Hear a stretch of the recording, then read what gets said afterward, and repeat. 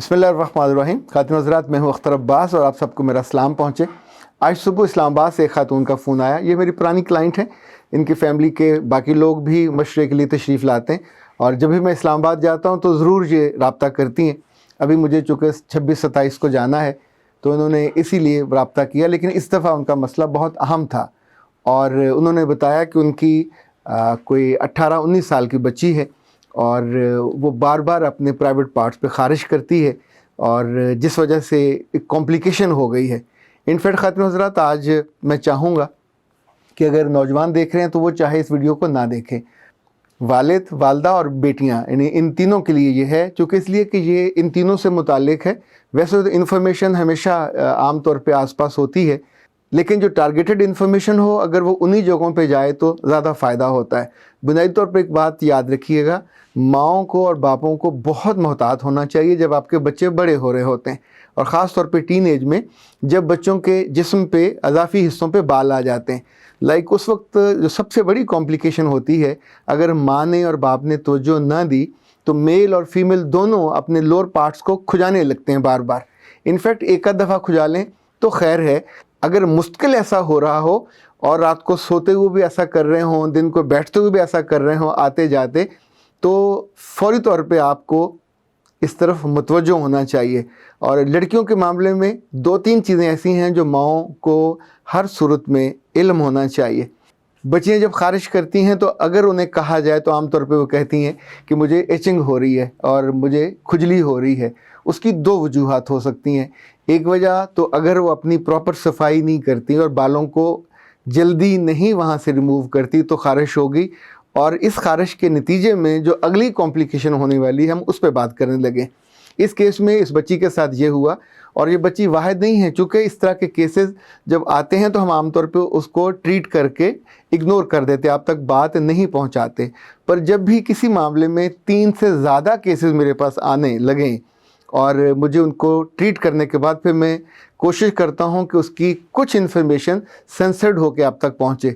इस खातून ने मुझसे बाकायदा कहा कि सर आप अगर चाहें तो इस बात को बाकी माओं तक ज़रूर पहुंचाइए, इसलिए कि मैं ये भुगत रही हूं और बाकी बेटियां इस बात को ना भुगतें।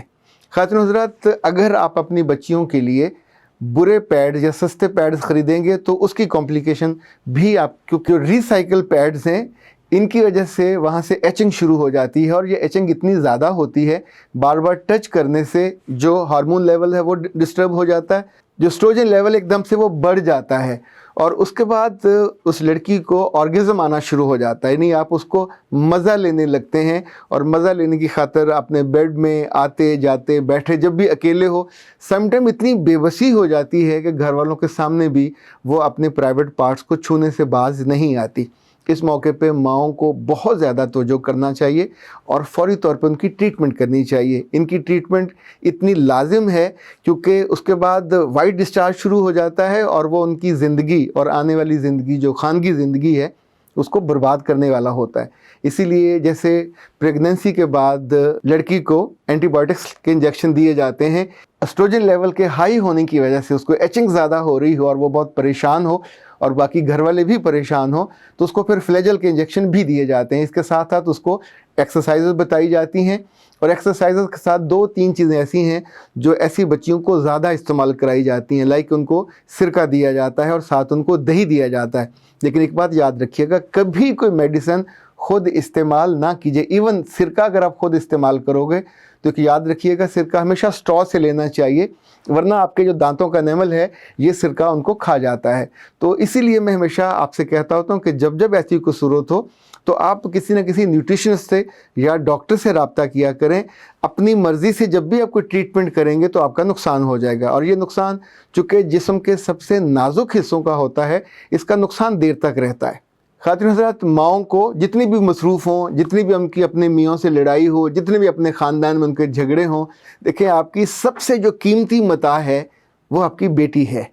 बेटा अपने आप को ख़ुद संभाल लेगा, कैरी कर लेगा, लेकिन इस बच्ची का मसला ये है कि ये अपनी ज़ाती ज़िंदगी के लिए किसी और से रब्ता करके मशवरा लेने की भी नहीं होती, किसी और से मशवरा भी नहीं कर सकती, और अगर कहीं से मशवरा करे तो ज़ाहिर अपनी जैसी किसी लड़की से करेगी जो नावाकिफ़ होगी और उसको गलत मशवरा दे देगी।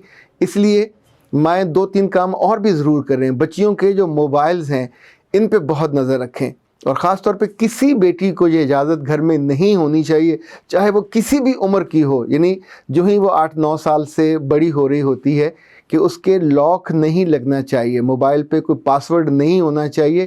یہ بچیوں کے معاملے میں آپ اس کو گناہ قرار دے دیجئے, اس پہ نو کمپرومائز, زیرو ٹالرنس. اس لیے کہ ابھی پہلے تو صرف یوٹیوب پہ ایسا مسئلہ تھا, ابھی فیس بک پہ بھی گندی اور غلاظت کی چیزیں نظر آنی شروع ہو گئی ہیں, اور جو بچیوں کے ایکسیس میں ہوتی ہیں. جب بھی ان معصوم ذہنوں کو ایسی گندگی اور غلاظت پہلی دفعہ نظر آتی ہے تو ایک خاص طرح کی ایکسائٹمنٹ ہوتی ہے, اور اس ایکسائٹمنٹ میں پھر آرگزم حاصل کرنے کے لیے وہ بار بار اپنے اعضاء کو چھونے لگتی ہیں, چونکہ بہت ساری چیزوں کے بارے میں وہ جانتی نہیں ہوتی. پر پھر وہ اس کا عادی بننے کے بعد جب وہاں سے مسلسل وائٹ ڈسچارج ہوتا ہے تو آپ سوچئے کہ ان کی زندگی اس وقت اندر سے اتنی پریشانی والی ہوتی ہے, نہ صرف وہ تکلیف میں, ایچنگ اتنی زیادہ ہوتی ہے, پھر ساتھ بے عزتی بھی ہوتی ہے کہ آپ سب کے سامنے کھڑے ہوئے مجبور ہوتے ہیں اور کھجانے سے باز نہیں آ سکتے. سم ٹائم لڑکوں کے بارے میں بھی ہوتا ہے, لیکن اس کے بارے میں ہم الگ سے کسی روز بات کریں گے. اس وقت چونکہ جو فوری ایشو تھا اس لیے میں نے مناسب جانا اس کو ایک ہلکا سا ٹچ دے کے آپ تک اس انفارمیشن کو پہنچایا جائے, تاکہ دیکھیں ہمیشہ پرہیز علاج سے بہتر ہوتی ہے. اس قیمتی متاع کو ضائع ہونے سے پہلے ہی روکنا, سنبھالنا, یہ ماؤں کے بنیادی فرائض میں سے ہے. یہ کوئی ایکسٹرا فرض آپ کے پاس نہیں ہے, یہ آپ کے بنیادی فرائض میں سے ہے. موبائل کا آپ نے خاص طور پہ چیک رکھنا ہے, ان کی دوستوں اور جو لمبے کالز ہیں وہاں چیک رکھنا ہے. ان کے کمروں کی کبھی اندر سے چٹکنی نہیں لگنی چاہیے. اسی طور پہ جب رات کو سوتے ہوئے اور کبھی آپ کو رات کو آتے جاتے ضرور نظر ڈالنی چاہیے.